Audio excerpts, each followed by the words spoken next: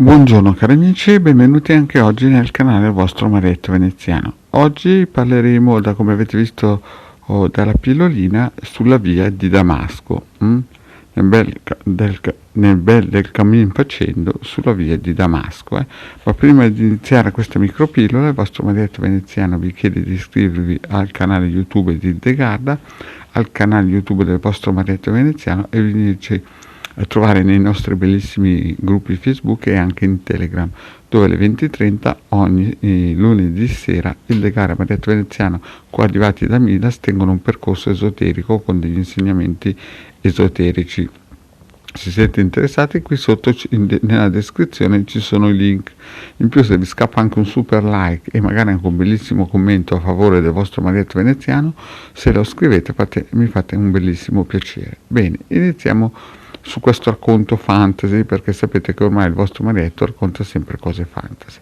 Prima di tutto, perché si dice sulla via di Damasco? Perché 2000 anni fa circa c'era un serial killer che andava a cercare persone che in quel momento non si chiamavano ancora cristiane e li trucidava, come si suol dire, li uccideva. Però andando sulla via di Damasco a un certo punto ha incontrato una illuminazione, ha incontrato qualcuno che gli ha detto: ma perché perseguiti quelli che seguono me? E a un certo punto restò folgorato, fulminato per 3 giorni e si convertì e non diventò più un serial killer. In un certo senso, in questa, come si dice, chiesa di Stato, in questa, clero di Stato, abbiamo un serial killer convertito. Quindi si dice sempre sulla via di Damasco quando una persona si converte dal nero al bianco. E qui mi riallaccio per una storia che è successa al vostro Marietto tanti anni fa. E lo vediamo nel 2000, è sempre una storia fantasy, no? E cosa è successo?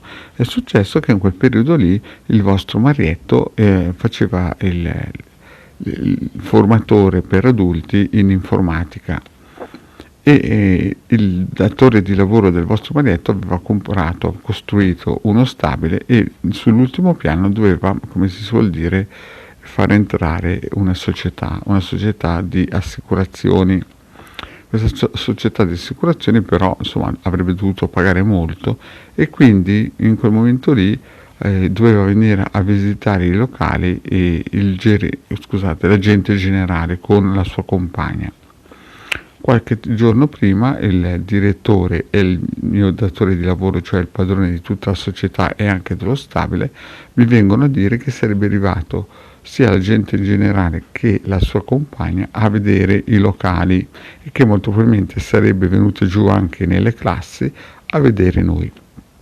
Mi disse anche: stai attento perché la compagna di questo tizio è anche una forte veggente, dicono che della regione è la più forte.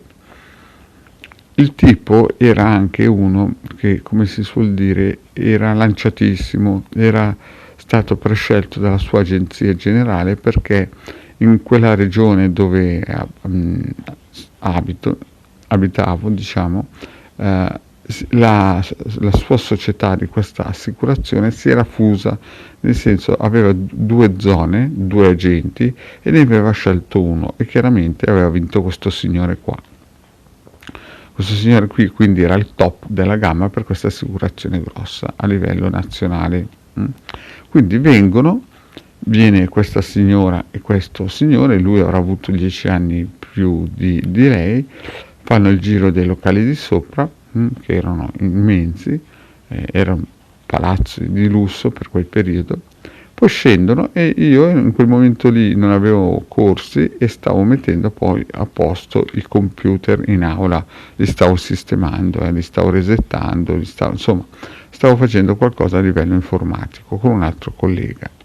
Quindi fanno anche il giro del piano di sotto dove c'ero io e un mio collega che stavamo lavorando. Il direttore e il padrone vengono dentro in aula con questa signora e questo, come si suol dire, agente generale. La tipa mi guarda e fa un sussulto e dice: questo è Kaiser Sosa. Al che, per chi non sapesse chi è Kaiser Sosa, è un nome che hanno dato a un attore che ha fatto un film, no? Nel senso, in un film c'era un attore che si chiama Kaiser Sousa, e io, avendolo visto, ho capito cosa stesse dicendo, no? Ma ho pensato, ma magari conosce il mio babbo, no?